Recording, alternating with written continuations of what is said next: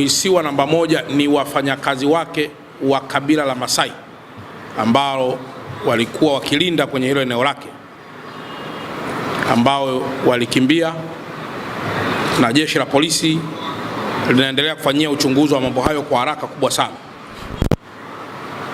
Kwanza ni watoe wasiwasi watu wote kwamba hali ya usalama katika taifa letu ama katika mkoa wetu ni kubwa sana. Hali ya usalama katika mkoa wetu ni kubwa sana. Na hivi juzi pia kulikuwa kuna tukio moja pia la kusemekana kutekwa kwa yule bwana Jumbe ambaye inasemekana ni msaidizi wa ndugu Lissu. Taarifa pia imetolewa. Lakini ndugu zangu waandishi wa habari, tuwe serious, tuna mambo yafuatayo. La kwanza, jambo lolote linapotokea katika taifa, na hasa kwa mfano la kimauaji, la kudhuru, la kuiba au jambo lolote la kijambazi, kibaka, jambazi, muhalifu huwa hachagui itikadi. Anaweza kumdhuru, huwa hachagui itikadi wala hadhi. Anaweza kumdhuru Chalamila, anaweza kumdhuru mtu yoyote bila kujali itikadi yake. Na anapofanya uharibifu huo, hafanyi kwamba kwa kuwa Chalamila ni CCM. Yeye anafanya uharibifu huo kwamba Chalamila ana hela, nataka nichukue pesa. Kwa jambo linapokuwa limetokea, jamii mkishakuwa na majawabu kuhusiana na uharibifu huo, maana yake kinakuwa ni kikwazo kikubwa sana cha kuharakisha uchunguzi wa jambo hilo na kuja na majawabu kwa Watanzania. Kwa mfano, kuna mambo hapa yanaweza katokea, mtu anasema aliyefanya hivyo, nimeona kwenye comments, aliyefanya hivyo ni Mafwele, Sakap Mafwele. Sasa Mafwele huyo ndio mambo yote ya kiuchunguzi yapo kwenye dawati. Sasa hivi hata kama amepata majawabu sahihi ya kuja kushare na Watanzania, anawezaje kuja kushare kwa Watanzania kwa wakati katika jambo ambalo baadhi yetu tumekwisha jielekeza wenyewe kuwa na majawabu kabla hata ya uchunguzi? Kwa hiyo masuala yote, kwa mfano swala ile la Mchina, yule Mchina nataka nikwambieni ukweli, angelikuwa ana chama cha siasa anajitokeza waziwazi kwamba yeye ni Chadema au ni CCM au ni CUF, nafahamu wafuasi pengine wa chama hicho moja kwa moja angelisema Mchina huyo ameuliwa kwa sababu ya itikadi ya chama chake.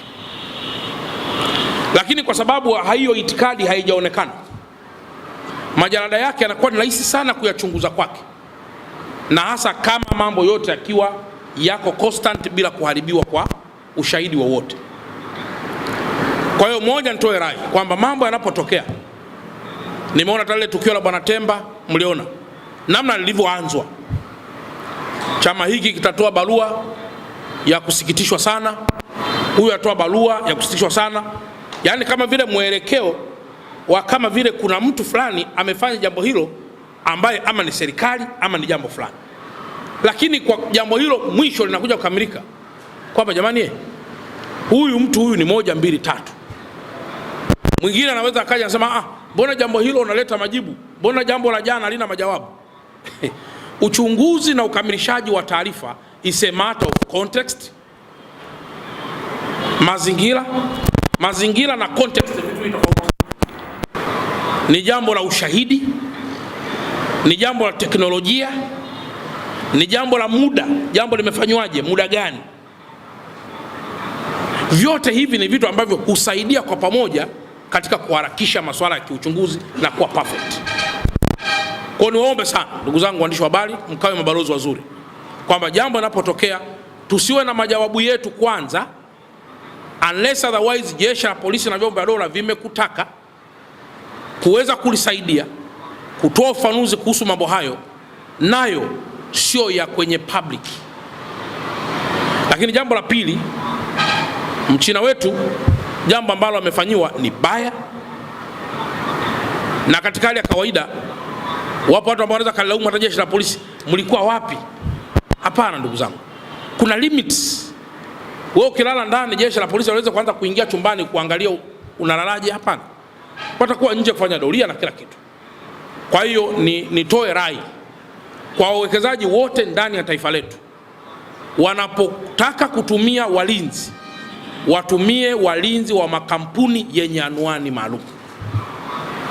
Mimi narudia, ukikuta unalindwa na Masai kwenye baadhi ya hizo camps zetu, hakikisha huyo, kama ni Masai au ni mtu yoyote, hapa tuzungumzii kabila, hakikisha mtu huyo anatoka kwenye kampuni maalum iliyosajiliwa na serikali. Kama ni security nani yoyote, anatoka huko, ili litapotokea jambo hilo tuwe na anwani. Lakini kwa bahati mbaya sana watu hupenda kutumia cheap labors. Mnatumia, mnasema sisi wa Masai ni waaminifu, sio nani waaminifu. Lakini tukikuuliza anatoka wapi, anasema anajitambulisha anatoka Kiteto. Tukifuatilia anatoka Usangu. Lakini ni kwa nini? Ni kwa sababu you like cheap labors, ambaye hana mkataba, ambaye halipwi vizuri, lakini unataka alinde masuala mabilioni. Kwa hiyo naomba nitoe rai kwa wote ambao wanataka kufanya ulinzi kwenye maeneo yetu, tutumie walinzi ambao wanatoka kwenye makampuni yaliyosajiliwa na serikali na yenye anwani maalum. Lakini jambo la tatu na la mwisho, serikali yetu ya mkoa wa Dar es Salaam inaendelea kulaani sana tukio ambalo limefanywa, na wawekezaji wote wasiogope kuendelea kuja kuwekeza kwenye ardhi yetu. Tutaendelea kutoa ushirikiano mkubwa sana mahali popote linapotokea jambo ovu na baya namna hiyo dhidi ya wawekezaji, ili kuweza kuendelea kuleta amani na upendo wa wawekezaji wetu ndani ya taifa letu.